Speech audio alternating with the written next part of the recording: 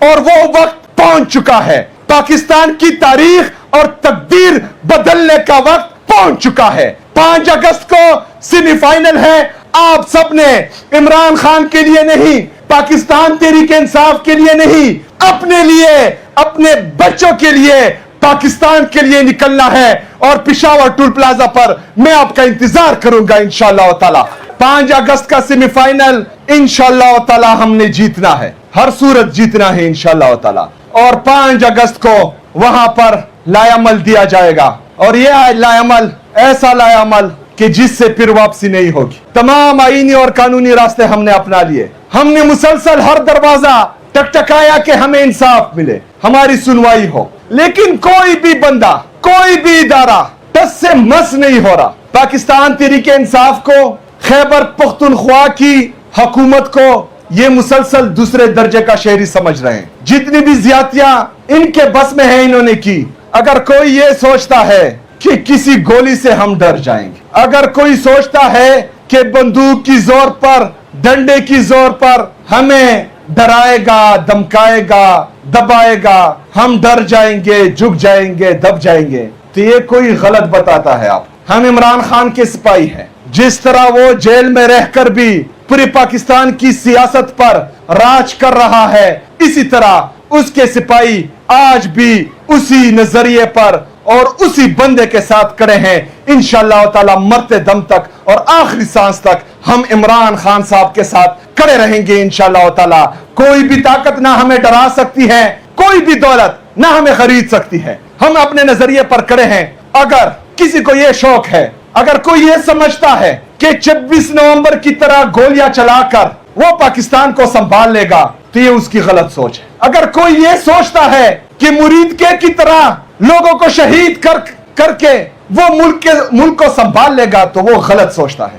اگر کوئی یہ سوچتا ہے کہ ہمارے اہل تشیع جن پر انہوں نے گولیاں چلائی اس سے ملک ان سے سنبھل جائے گا, تو یہ غلط سوچتے ہیں. اگر کوئی یہ سوچتا ہے کہ بلوچستان میں جو یہ پالیسی اپنائے ہوئے ہیں پچھلے کئی دہائیوں سے, اس سے ملک سنبھل جائے گا, تو یہ غلط سوچتا ہے. اگر کوئی یہ سوچتا ہے کہ ہمارے کشمیری بھائی بہن جو کئی ہفتوں سے سڑکوں پر ہیں اور وہاں پر لاشیں گرا کر یہ کشمیر کو اپنائیں گے, یہ پاکستان کو سنبھالیں گے, تو یہ غلط سوچتے ہیں. یہ غلط پالیسی ہے. کوئی ان جرنیلوں کو غلط مشورے دے رہا ہے, ان کو صاف بات نہیں بتا رہا. اور کاش یہ پاکستانی عوام کا سامنا کرتے, کاش یہ بازاروں میں جاتے, کاش یہ پبلک گیدرنگز میں جاتے, کاش یہ عوام کا کسی بھی جگہ پر سامنا کرتے, تو ان کو پتہ چلتا کہ عوام ان کے بارے میں کیا سوچتی ہے, ان کے پالیسی کے بارے میں کیا سوچتی ہے,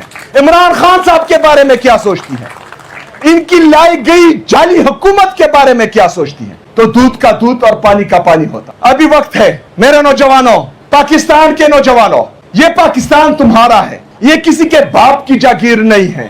اس پاکستان کو آپ نے سنبھالنا ہے, اس پاکستان کو آپ نے ٹھیک کرنا ہے. پاکستان کا چپا چپا نوجوانوں کی غیرت اور جذبے کا انتظار کر رہا ہے. پاکستان کا ایک ایک ذرہ آپ لوگوں کی جوش و جنون کا انتظار کر رہا ہے, اور وہ وقت پہنچ چکا ہے. ابھی ہم نے پاکستان کے فیصلے اپنے مٹھی میں لینے ہیں. پاکستان کی تاریخ اور تقدیر ہم نے خود بدلنی ہے. اس پالیسی کو ہم نے خود چینج کرنا ہے, اور ہم نے فیصلہ کرنا ہے کہ ہمیں کون چاہیے.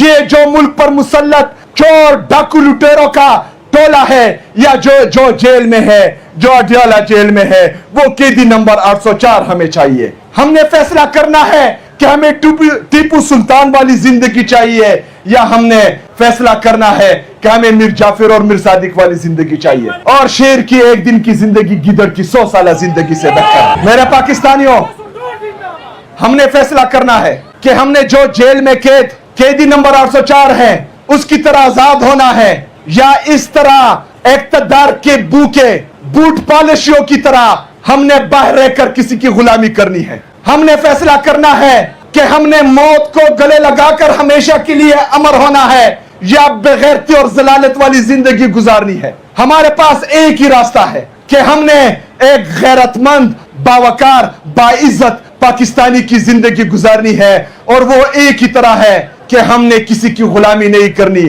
ہم نے پاکستان میں عوامی ریاست قائم کرنی ہے, ہم نے پاکستان میں وہ ریاست قائم کرنی ہے جس میں راج صرف اور صرف پاکستانی عوام کا ہو, کسی اور کا نہ ہو. جو چیلنجز عمران خان صاحب کی خیبر پختونخوا کی حکومت کو ہے وہ باقی کسی صوبے میں نہیں ہے. وفاق میں جو لوگ لائے گئے ہیں اور جن کو وفاقی حکومت دی گئی ہے, جعلی وفاقی حکومت, جو شاخرچیاں وفاقی حکومت اور باقی صوبائی حکومتیں کرتی ہیں, جو جعلی حکومت, جعلی وزیر اعظم, وہ اگر آپ کو یاد ہو تو جب عمران خان صاحب کی حکومت تھی تو کہتا تھا کہ اگر مجھے 30% بھی یہ سپورٹ ملے جو عمران خان صاحب کو ملی ہے تو میں پتہ نہیں کون سا انقلاب لاؤں گا. تو جعلی وزیر اعظم صاحب, جو سپورٹ آپ کو دیا گیا ہے, آپ کے لیے گالیاں بھی دی گئی ہیں, آپ کے لیے گولی بھی چلائی گئی ہے, لیکن اس کے باوجود بھی آپ فیل ہو چکے ہیں. جو بندے آپ کو لائے ہیں ان پر آپ لائبلٹی بن چکے ہیں, کیونکہ آپ کے پاس نہ کوئی پالیسی ہے, نہ ہی آپ کچھ سمجھتے ہیں. دنیا جہان کے جو چور ڈاکو ہیں وہ اس ملک پر مسلط کیے گئے ہیں, اور پاکستان کی معیشت کا یہ حال ہے کہ جس کی حکومت گرائی گئی, عمران احمد خان نیازی صاحب کی, جی ڈی پی گروتھ 6.1% پر گرو کر رہا تھا, آج وہی جی ڈی پی گروتھ 3% تک پہنچ چکا ہے. جس عمران خان صاحب کی حکومت نے پاکستان کی عوام کے لیے مہنگائی کم رکھی تھی, روزگار دیے جا رہے تھے, انڈسٹریل گروتھ ہو رہا تھا, ایگریکلچر گروتھ ہو رہا تھا, انڈسٹریلسٹ بھی خوش تھے, کسان بھی خوش تھے. آج اس جو اپنے آپ کو تجربہ کار سمجھتے تھے اور کہتے تھے کہ ہمیں سپورٹ ہونی چاہیے, منفی پر ایگریکلچر گروتھ اور انڈسٹریل گروتھ پہنچ چکا ہے. ملک کے 75 سال میں ہمارا اندرونی اور بیرونی قرضہ 43,000 ارب روپے تھا, آج ہمارا بیرونی اور اندرونی قرضہ 97,000 ارب روپے تک پہنچ چکا ہے. جو بیرونی قرضہ 36,000 ارب روپے ہے تقریباً, اور ڈالر کو انہوں نے مصنوعی طور پر روکا ہوا ہے. اگر آپ کے دوست ممالک جس طرح کی چین بھی ابھی ڈیمانڈ کر رہا ہے کہ ہمارا قرضہ ہمیں واپس کرو, اگر آپ کے دوست ممالک یہ قرضہ واپس لے لے تو جس ڈالر کو انہوں نے مصنوعی طور پر 280 روپے پر روکا ہوا ہے یہ تقریباً 400 روپے کراس کر جائے گا. اور اگر یہ ڈالر 400 روپے کراس کر گیا جو 97,000 ارب روپے ہے, یہ تقریباً 1,20,000 ارب روپے کراس کر جائیں گے تو آپ کا ملک ڈیفالٹ کر جائے گا. تو ابھی تو پی آئی اے کو بیچ رہے ہیں, موٹر وے کو بیچ رہے ہیں, ہمارے باقی چیزوں کے پاکستان سے انہوں نے آئل ایکس بنایا ہوا ہے, یہ بھی بیچ دو, یہ بھی بیچ دو. تو خدا نخواستہ جو بندے اپنے کپڑے بیچنے کا کہہ رہے تھے وہ ہمارے کپڑے بھی بیچ دیں گے.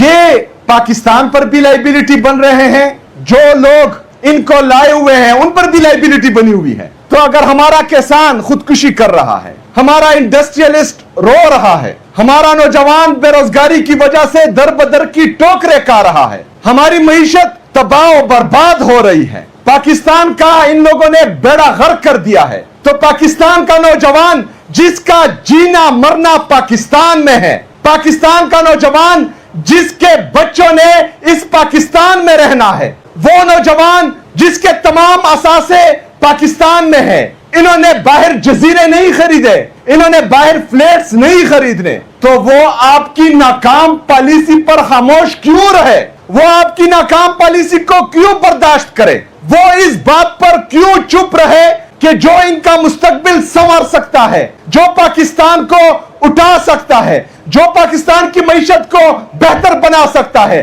جو نوجوان کو روزگار دے سکتا ہے, جو کسان کو ایک دفعہ پھر اٹھا سکتا ہے, جو پاکستان کو دنیا میں عزت دلا سکتا ہے, جس کو تم لوگوں نے اغوا کر کے اڈیالہ جیل میں بند کر رکھا ہے, جس کا نام عمران احمد خان نیازی ہے, جو میرے لیے, ان کے لیے, ان کے بچوں کے لیے جیل میں ہے, تو ان کے لیے انشاءاللہ تعالی یہ قوم ضرور نکلے گی, اپنے لیے نکلے گی, پاکستان کے لیے نکلے گی انشاءاللہ تعالی. میرے پاکستانیوں, ملک پر ایک ایسا حکمران ہو جو عدالتوں سے صادق اور امین کا سرٹیفکیٹ جس نے لیا ہو. چور ڈاکو لٹیرے جن کو ملک پر مسلط کیا گیا ہے وہ ہمارے مستقبل کا فیصلہ نہیں کر سکتے, وہ پاکستان کو نہیں بچا سکتے. جو آج پاکستان کا حال ہے اس سے بدتر ہونے جا رہا ہے، کیونکہ کسی کو اپنی انا بغض کی تسکین لازمی ہے۔ پاکستان اور پاکستانی عوام ضروری نہیں ہے ان کے لیے، تو ہم ان کی غلط پالیسیوں کے بینٹ کیوں چڑھے؟ ہم ان کی غلط پالیسیوں کی وجہ سے روز دن بدن شہید کیوں ہوتے جائے؟ ہم ان کی غلط پالیسیوں کی وجہ سے خودکشیاں کیوں کریں؟ ہم نہیں کریں گے، ہم خود کے لیے کھڑے ہوں گے، ہم پاکستان کے لیے کھڑے ہوں گے، ہم اپنے بچوں کی آنے والی مستقبل کے لیے کھڑے ہوں گے۔